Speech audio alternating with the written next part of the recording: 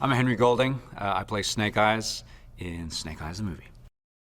Snake Eyes was famously known as the silent sort of ninja. And he always had kind of a mysterious past, so no one could quite put a finger or a pulse on what his intentions were or like whose side he was on. But I always sort of loved the idea that he went to Japan to train with Arashikage, with Storm Shadow, and became the person that who he is. Snake Eyes is one of those characters that throughout this time there's no real sort of finger on what his background was. It's always been a bit of a mystery, but he's always been famous for being the silent ninja as such. And what I loved was that Larry Hama really kind of blossomed the character within an issue called The Silent Interlude, which was groundbreaking at the time because no one had read a comic which had no words. And it was all done in sort of the perspective of Snake Eyes. And so it was all just pictures, and you had this mystery behind the character. But there in that sort of realm, you're left with a bit of hunger as to like who this guy is, where he's from, what his background is. And I think that's something that we tried to integrate into the Snake Eyes the movie. The Arashikage are a clan of people from Japan that are very traditional in some aspects, but extremely kind of futuristic in others. You know, they are a clan that protects the world from these unseen dangers, and they have done so for a millennium. And so when Snake Eyes comes to Japan under Storm Shadow's wing, he learns the way of the Arashikage, and it changes his life. It gives him a momentum, and it gives him a purpose. And so if there wasn't an Arashikage clan, there wouldn't be a Snake Eyes. Kenji's an absolute legend in the stunts world. He was with Jackie Chan back in the JC days. He's Donnie Yen's like right-hand man still to this day. He did this phenomenal series of movies called Rurouni Kenshin, which we used a lot of, and we adapted a lot of that sort of stunt styling. And so he's known for fast, vicious sword work, which we incorporated into Snake Eyes. Putting on the suit just to finish off kind of the whole look, I suppose, was crazy. It was unbelievable. You cannot but feel like a superhero, like some badass like ninja that will just destroy anything in his way to get what he needs. Meeting Larry for the first time was pretty amazing, actually. We've all loved and known of his work for, I suppose an entire generation. And for him to come up with such iconic characters, and for me to be able to play one and also pick his brain about the inside sort of knowledge of Snake Eyes, it was beyond sort of an experience, I suppose. And I think with him on board, we were allowed to sort of expand of what we know so far and develop something for the future and launch this brand new sort of universe for G.I. Joe. I think for Larry, when we spoke to him about this kind of new take on Snake Eyes, I think he was super excited. He wrote those comic books a long time ago at a different time in the world. And so for him to be able to truly express his creativity with us, I think he really looked forward to it. I think Larry being on board definitely gave us kind of the stamp of approval. There are long-time G.I. Joe fans out there, and they have a very sort of rigid look at how each character has sort of developed and things. So to have Larry on board to be able to sort of blossom a character's past and tell of their history, I think was really important because, having the original creator on board, you can't deny the fact that perhaps this is the way that he wanted it in the first place. The type of training that we actually went through was predominantly focused on the choreography, because through the fighting and the martial arts, your body changes, and your muscles in which you need sort of your fast twitch reaction, sitting down in that kind of low horse stance for the entire day. Your legs soon adapt to it, but also we did sort of private training, so we would have 4 to 5 hours of choreography every day, and then I would go and do like an hour and a half with a private trainer just to keep my cardio and my sort of energy levels up, and then we would do like 2 hours of script training with Robert.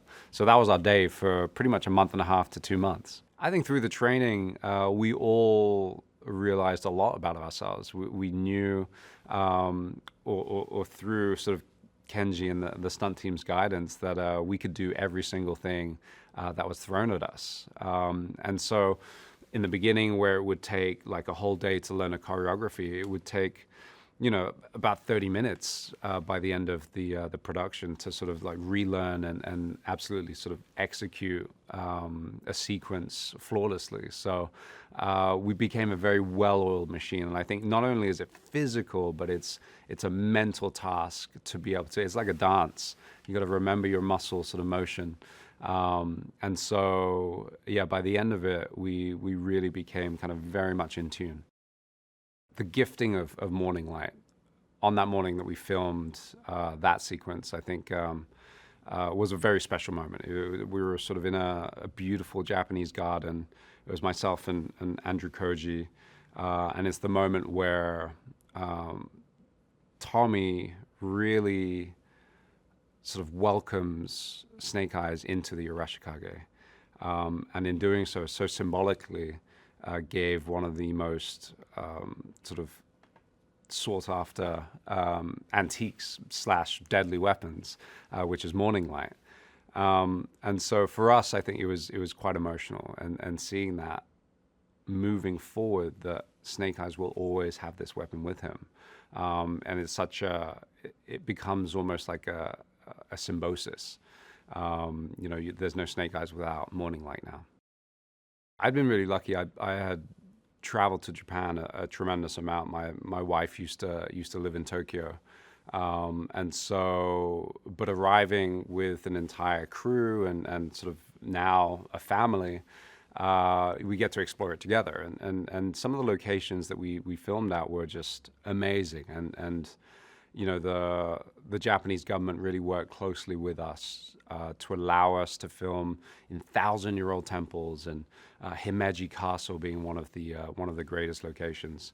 So it gave us license to be really authentic. And because Japan plays such an integral role within the clan, it was so important to get that right. So the car carrier is probably one of my favorite and biggest sort of stunt sequences, and it took probably a good week to film all the different little parts, from the motorbike sort of chase sequences to the actual choreography on top and below the car carrier. So the fascinating thing was we couldn't have what you would usually have as sort of harnesses with kind of points of sort of safety. Usually you would have kind of strings or ropes attached to the top, but with the movement of the swords, we couldn't have anything below and anything to the side because it was limit our sort of motion. And so what we'd had to do was just have crash mats. So we would have to fall down off these cars and onto the carrier and then onto the floor for anything to sort of catch us. So it was a calculated risk because we went through so much training. We knew the choreography. We added sort of grip where possible. But there's a couple sort of moments where, you know, you lose your footing and you're just like, whoa. But I think it adds to the jeopardy of the scene. You know, we're meant to be hurtling down the highway at, you know, 70 miles an hour, and whilst fighting these Yakuza, sliding in and out of cars and jumping and sort of having a sword fight. Hardmaster is played by Iko Uwais, who for me is one of the greatest martial arts / action stars of today. Watching him in Gareth Evans' The Raid was crazy. It was mind-boggling how it just came out of the blue. Him and Tony Jaa came out kind of around the same period with Ong Bak and The Raid, and as a lover of Muay Thai back then, it was kind of just like, what is happening in these movies?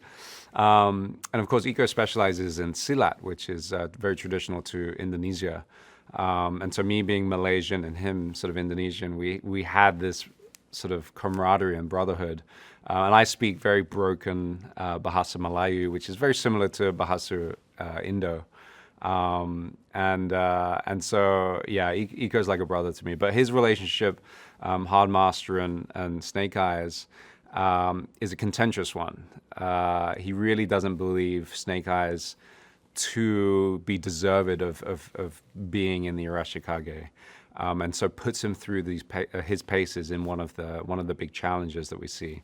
But he learns to love him. I think it's more of he loves to hate him. That's how we see Hardmaster. I think the relationship between Snake Eyes and Storm Shadow is probably one of the greatest relationships ever created in sort of in media, really. You know, one moment they're fighting together, one moment they're fighting against each other, one minute they hate each other, one minute they're brothers. But if you don't understand their history, none of that would make sense. So it was so important for us to get that relationship right in this movie.